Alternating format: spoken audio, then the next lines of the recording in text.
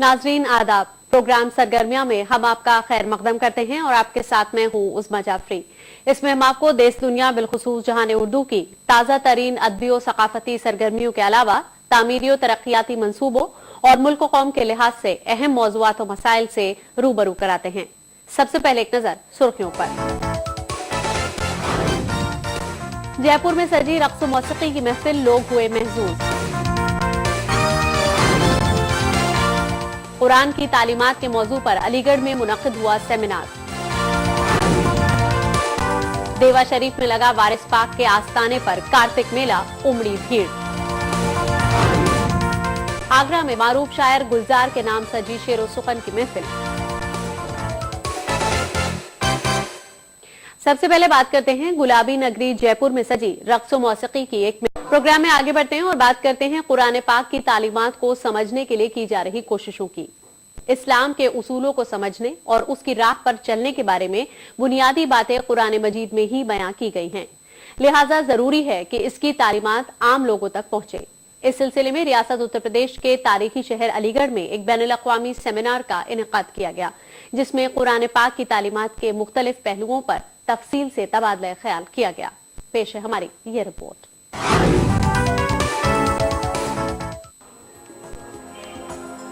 इस्लाम के उसूलों और कुरान पाक की तालीमात को आम करने के लिए मुख्तलिफ सतहों पर लगातार कोशिशें की जाती रही हैं। इसी समत में गुज़श्ता दिनों रियासत उत्तर प्रदेश के तारीखी शहर अलीगढ़ में एक बैनुल अक़वामी सेमिनार का इनेकाद किया गया। इदारा उलूमुल कुरान के जरिए मुनक़्क़िदा इस 2 रोज़ा सेमिनार में मुल्की और गैर मुल्की उलेमा, दानिश्वर और उदबा ने शिरकत की।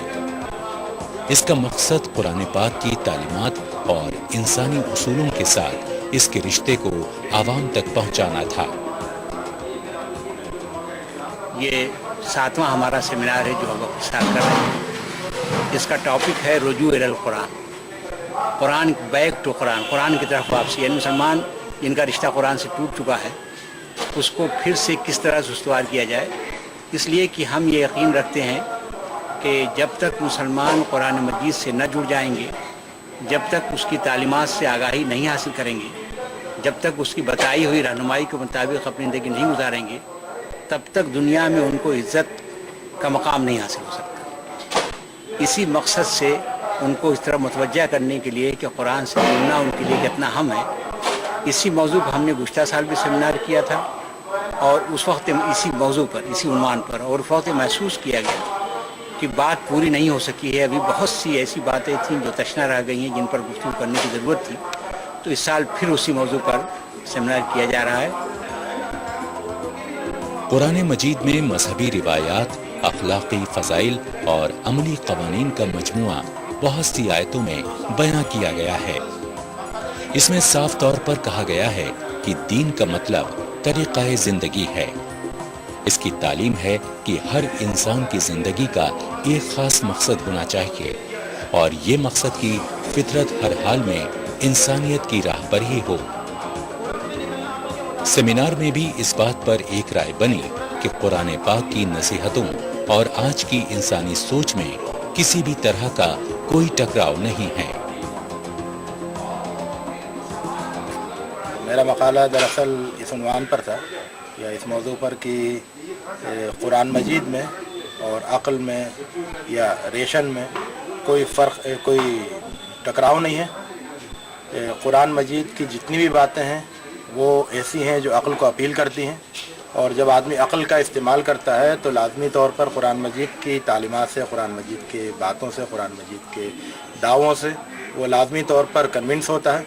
कुरान मजीद किसी को डरा धमका कर या सिर्फ जहन्नम का खौफ दिला के या जन्नत की लालच दिलाकर मानने पर आमादा नहीं करता है, बल्कि कुरान मजीद नफ्स के अंदर मौजूद, इंसानी वजूद के अंदर मौजूद, बाहर कायनात में मौजूद आयतों और निशानियों से मुतासिर होकर, मुतमईन होकर और पूरे इत्मीनान क़ल्ब के साथ कुरान मजीद की दावत को कबूल करने की दावत देता है।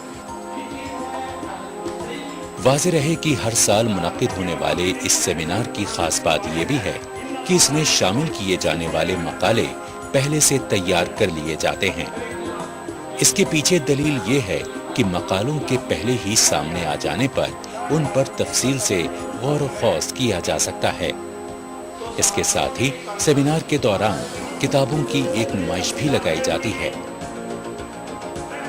اس کا مقصد اس میں شرکت کرنے والے اسکالروں اور طالب علموں کو کم قیمت پر آسانی سے تحقیقی مقالے اور کتابیں فراہم کرانا ہے۔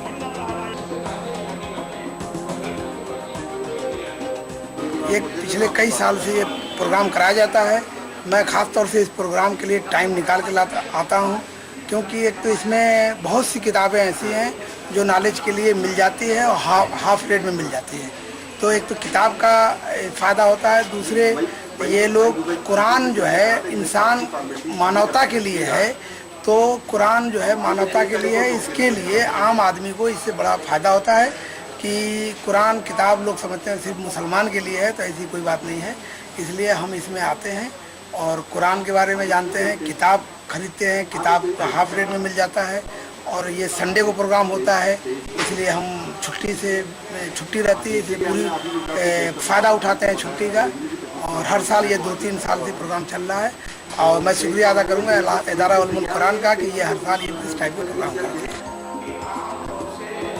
قابل ذکر ہے کہ ادارہ علوم القرآن کو سن 1985 میں علی گڑھ مسلم یونیورسٹی کے کچھ استادوں اور طلبہ کی کوششوں سے قائم کیا گیا تھا۔ اس کا مقصد قرآن مجید کی تعلیمات سے جڑی چھوٹی سے چھوٹی بات کو بھی صحیح طریقے سے عوام تک پہنچانا تھا۔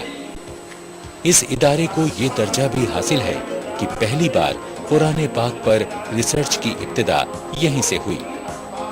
اس لیے یہ کہنا بیجا نہ ہوگا کہ ایسے سیمینار کی بدولت نہ صرف تعلیم کی ایک نئی سیڑھی تیار ہو رہی ہے، بلکہ یہ ادارہ بھی اپنے مقصد کے حصول میں آگے بڑھ رہا ہے۔